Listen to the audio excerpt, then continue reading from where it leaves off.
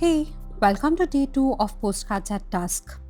Today we are going to paint this beautiful crimson coast, a bold sunset over the sea. I've listed down the colors that you would be needing, and as we move further, I will keep guiding you with the colors that you're using at each places. I have my paper taped down and ready. We are going to begin in with a very simple pencil sketch. We just have to distinguish the sea and the sky. My sky is bigger as compared to my sea, and towards the bottom of the sea I'm going to have in that beautiful foliage space coming in at the bottommost of our postcard. And onto the left and the right as well, we'll be adding in the foliage later on. We'll be beginning in with the sky first.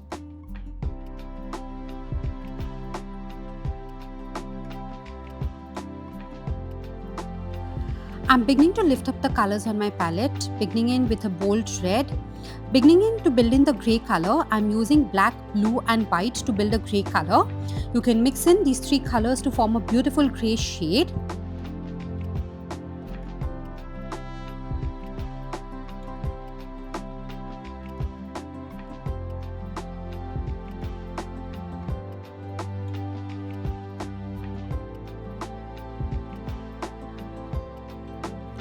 So beginning in with a bold red color on the horizon line, and later on we'll move on to a little hint of orange and then move on to the grey tone at the top. To my red as well, I've added in a very little tinge of the black color to create it a little dusky. And you know what? I have spent years being scared of this kind of boldness. I used to soften every stroke, doubt every shade, hide every mistake. But over time, I learned the messiest skies often make the most magical painting.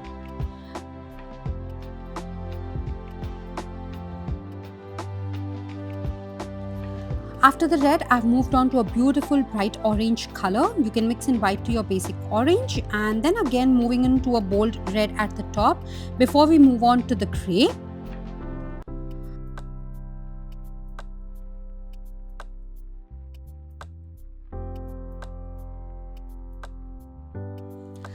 Now moving on to the grey at the top, we need to get the blends between the grey and the red smooth, which I'll be going ahead with the help of white or red color later on.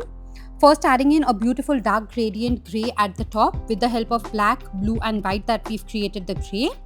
Now at this blending point, I'm going to take help of the white color and create a beautiful blend and transition between the greys and the reds.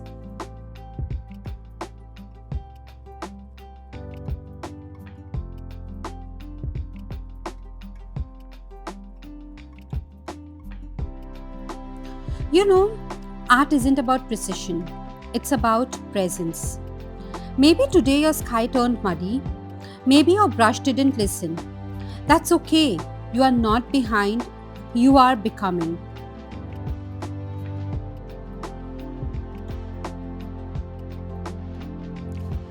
Now to the right of my sky, I have given in the grey highlights for the background of the foliage that we'll be adding. And towards the left side, I'm going ahead with a beautiful red and white mix again, so that we overlay a little of the greys and create a bold effect on the left side. So your left side of the sky will be a bright glowing sky, and towards the right you need the little dullness because there we'll be having in the foliage, so creating a little kind of a shadow for the foliage.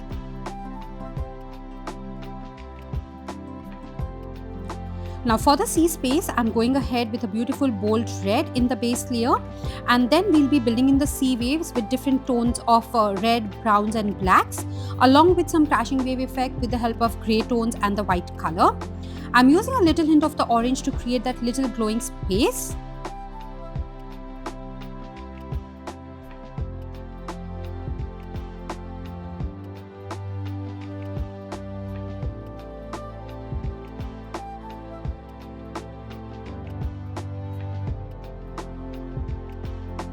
Now using in the black color, I'm going to begin building in the first layer for the waves.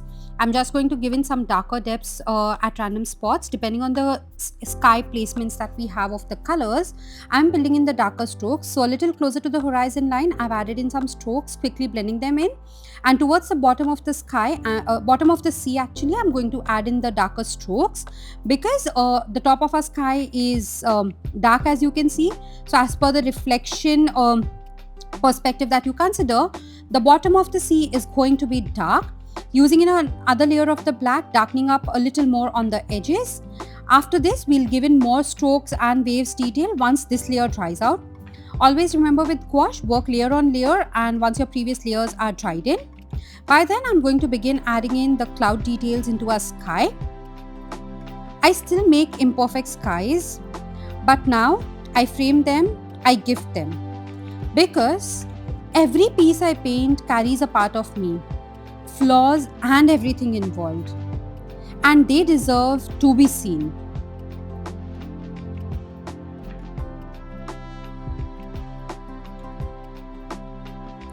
Now I have mixed in orange, brown and white and kept all the three colors separate as well. Using the three colors alternatively, I'm build in the clouds into the sky.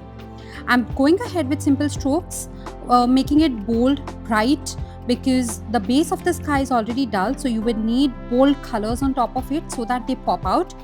I'm taking help of the white color to create vibrancy into the paints.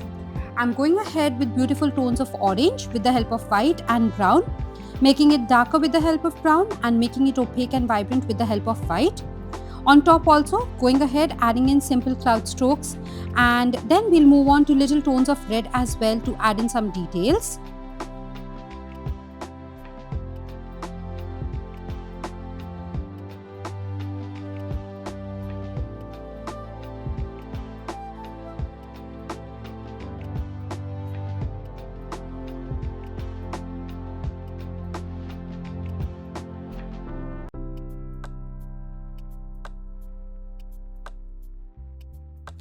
Now creating a further lighter tone of the orange color, I'm beginning to add in more of the strokes into the sky. You can see how slowly the bold strokes are beginning to build up our sky.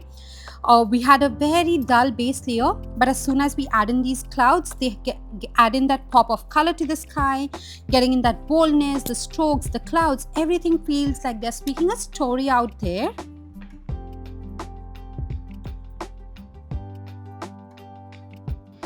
Now using the same orange white, orange brown mix, I'm going to begin adding in the effect of the clouds into the sea area and build in the waves. So basically I am trying to show a reflection of the sky colors into the sea.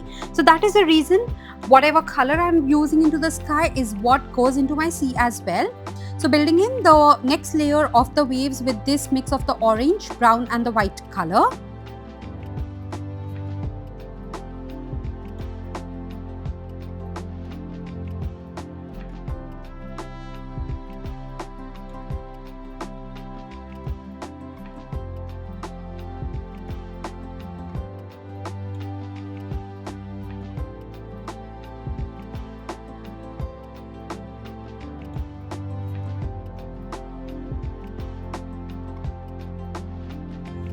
You see how I'm making the use of different kind of strokes to build in the sea area, build in the depth, create in the details and give in that water moving effect as well.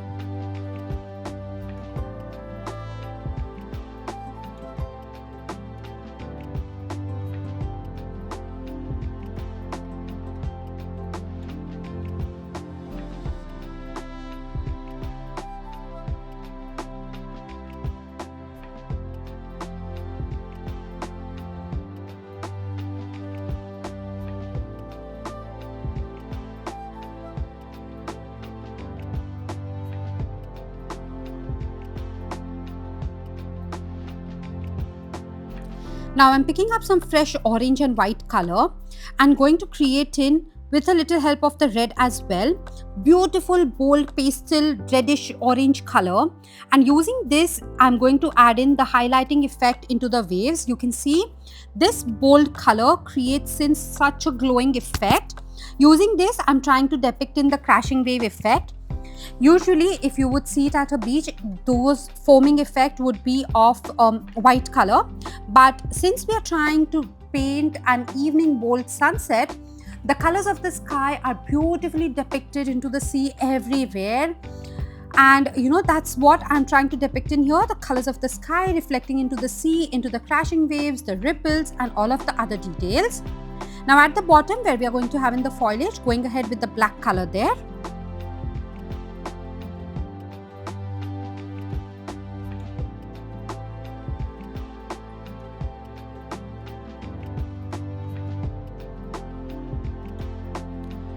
On the left side, beginning in with simple foliage, using in the black color and the tip of the brush. Again, the key here is you make sure that your previous layers are dried.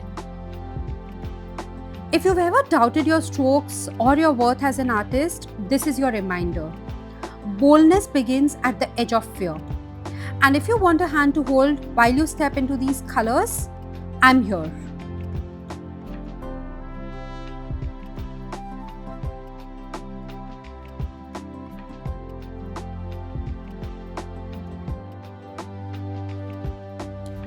Into the bottom foliage, adding in some quick leaf and grass details, giving in simple details, using in a detailer brush, the pointed tip, giving in the fine details.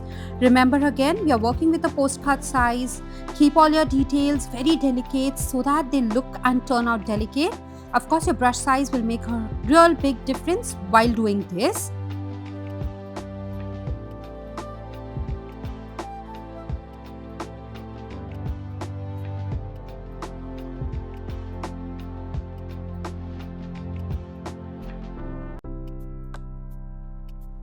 Now onto the right side here, beginning in with the foliage, again using in the black color. I'm creating in some quick details first, just using the simple technique of dabbing in my brush, and then on the outside edges, I'll give in the detailed leaves and the grass strokes just as we gave into the rest of the space.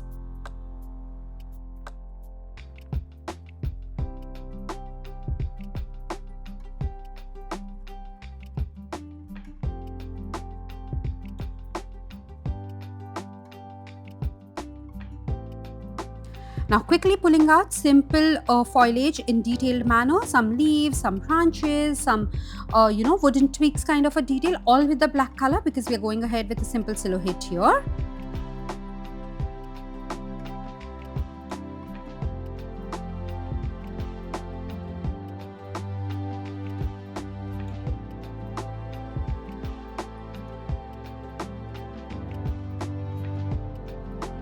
You see how I'm trying to vary the length and the movement of these leaves and trying to make it look all natural and realistic.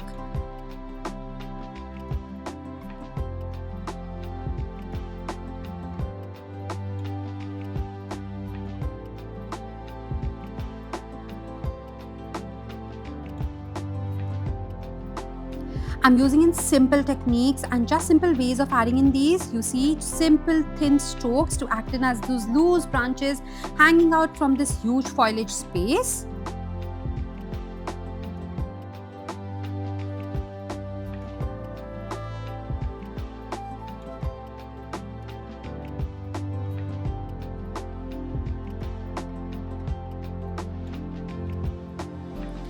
If you feel like you want to dive deep into your own colors, then my course Exploring Gouache 101 is made to hold up space for your fire and teach you how to turn it into art that makes you proud of.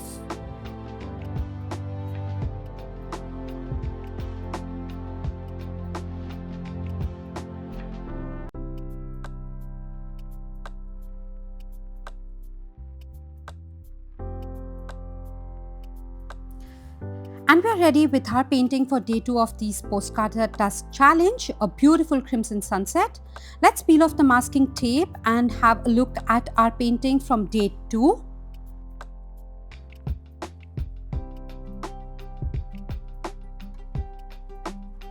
When you have a closer look, you can see the details of the sea that we've added with different tones, giving in different highlights into the sea and those bold strokes of clouds into the sky. I'm happy with how my bold sky is and I no longer fear painting them. I'll see you guys soon into the day 3 of this challenge.